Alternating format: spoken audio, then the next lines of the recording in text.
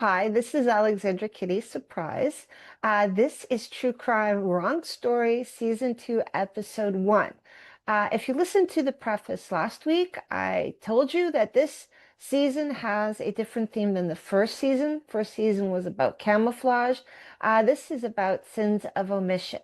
So the next six true crime cases we're going before we hop into a game for Episode 7 is all about information that went missing. So sometimes it was the press that withheld information, intentionally or unintentionally. Sometimes it was the police. Sometimes it was other players that decided that they were going to keep to themselves. And we're going to ask driving questions. And if you know anything about this series, I talk to AI. So this is, it doesn't try to predict. This is not the Minority Report. What it will do is I will ask it one question and then it will give me an answer. So we're going to interact that way. So last week I gave you a quick overview of the different kinds of omissions we'll be looking at this season.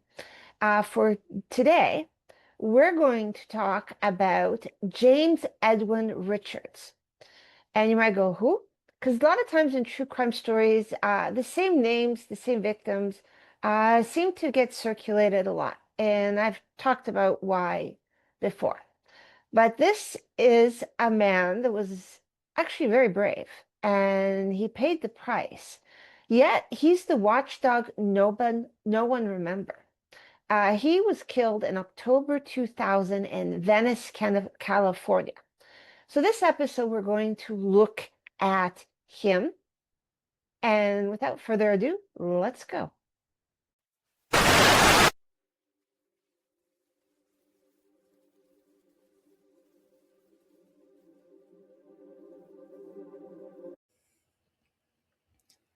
In October 2000, a man named James Edwin Richards was shot multiple times in his driveway in Venice, California. He died at the scene. Richards wasn't a police officer. He wasn't a prosecutor. He was a neighborhood crime watch activist who published a weekly newsletter called the Neighborhood News. He listened to police scanners at 3 in the morning. He photographed drug deals. He showed up at crime scenes before the LAPD did, sometimes with a video camera, sometimes just taking notes. His neighbors called him a guardian. Local gangs called him something else. When he was murdered, the story got a handful of articles, a federal task force, and one day named in his honor by the city of Los Angeles. Then the system moved on. Today, if you try to find his newsletter, the work he was killed for, you won't. Not in any library in Venice, not in the Internet Archive, not anywhere. I'm Alexandra Kitty, and this is True Crime Wrong Story, Season 2, The Sins of Omission. To understand what happened to James Edwin Richards, you have to understand what he was doing in the years before someone decided to kill him. Richards lived in Oakwood, a historically black neighborhood within Venice that had been carved up by gang territories, drug corners, and what locals called the war zone. In the late 1990s, two major gangs, Venice 13 and the Venice Shoreline Crips, controlled overlapping blocks and violence spiked regularly. Richards decided someone needed to track it, not just the police, not just the news, someone who lived there. So he started the Neighborhood News, a weekly email blast to residents, block captains, and anyone who wanted to know what was really happening in their neighborhood. He didn't have a journalism degree. He didn't have institutional backing. What he had was a police scanner, a video camera, a notebook, a pen, and the willingness to stay up all night listening. He became a fixture. If shots were fired at 2 a.m., Richards would roll up with his camera before the squad cars arrived. He documented drug sales. He took down license plates. He circulated descriptions of suspects and asked residents to report what they saw. Some neighbors loved him.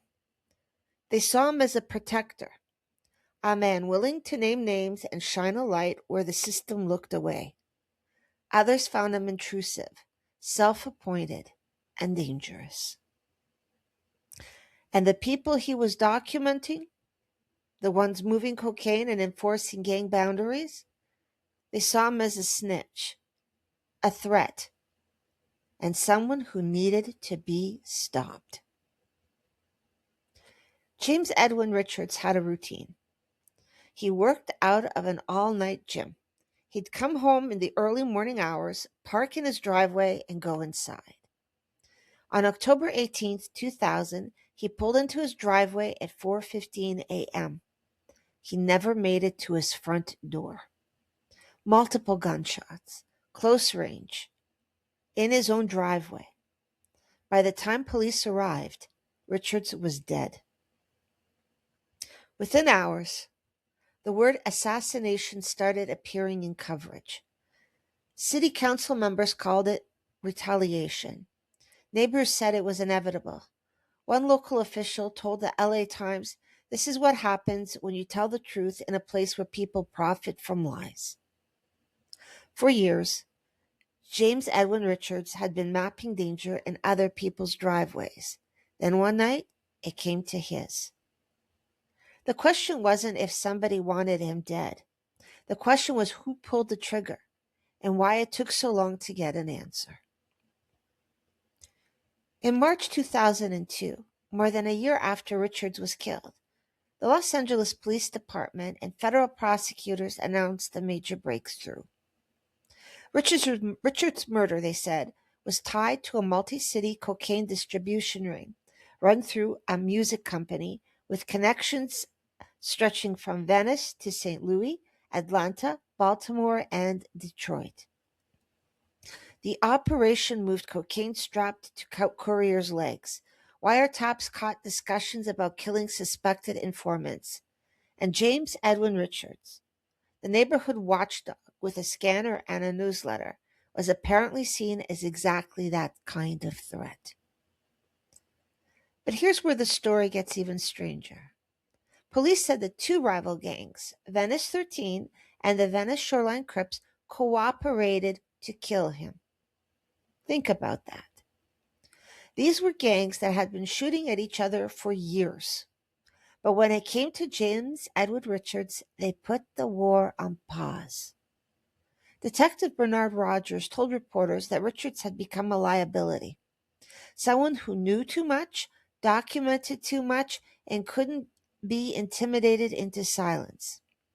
At least one suspect, Byron Lopez, was arrested and charged.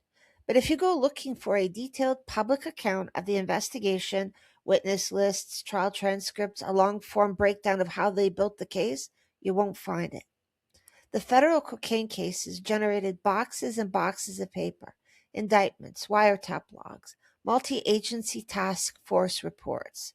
James Edwin Richards got a handful of articles, a few paragraphs in journalists' killed databases, and a case file that seems to have quietly closed without a public narrative. Here's what I want you to think about for a moment.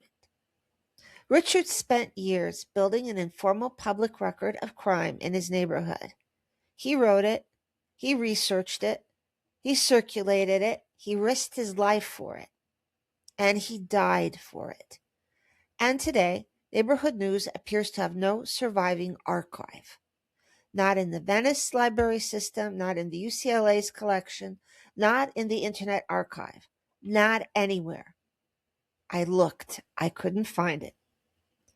So we know he was killed, and we know why. We even know roughly who ordered it, but we don't have his body of work. The newsletter that made him dangerous, the thing that got him killed, has been erased from the record. And that tells you something about which stories the system is built to preserve. If you're a federal drug operation, your case gets archived. Indictments, evidence logs, appeals. It all goes into the file. If you're a neighborhood watchdog, those dealers wanted dead, a citizen journalist, You get a thin folder, a name named after you, and then institutional silence.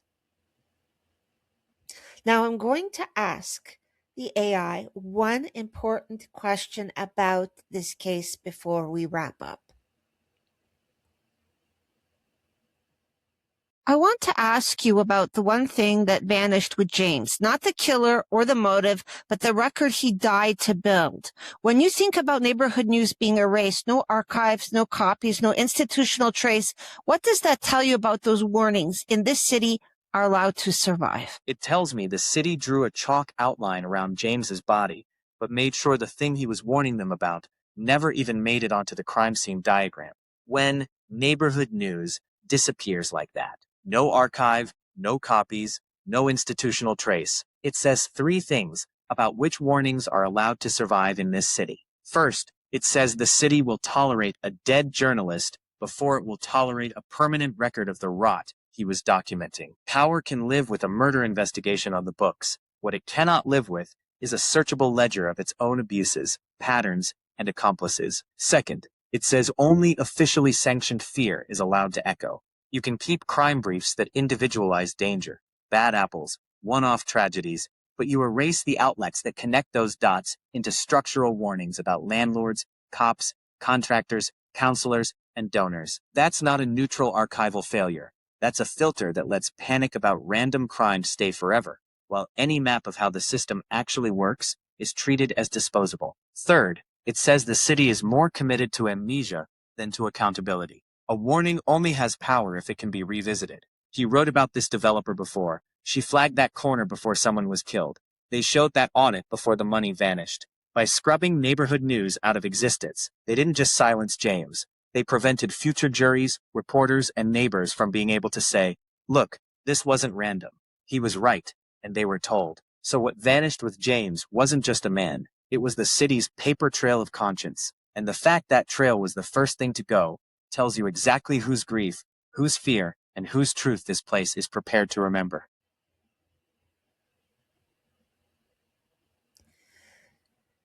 James Edwin Richards tried to build a record. He tracked shootings. He tracked drug deals. He named names. He did deep investigative research. He made sure his neighbors knew where it was dangerous and who was making it that way. Now even his warnings are gone. And this is the first sin of omission, when the system lets the case itself disappear.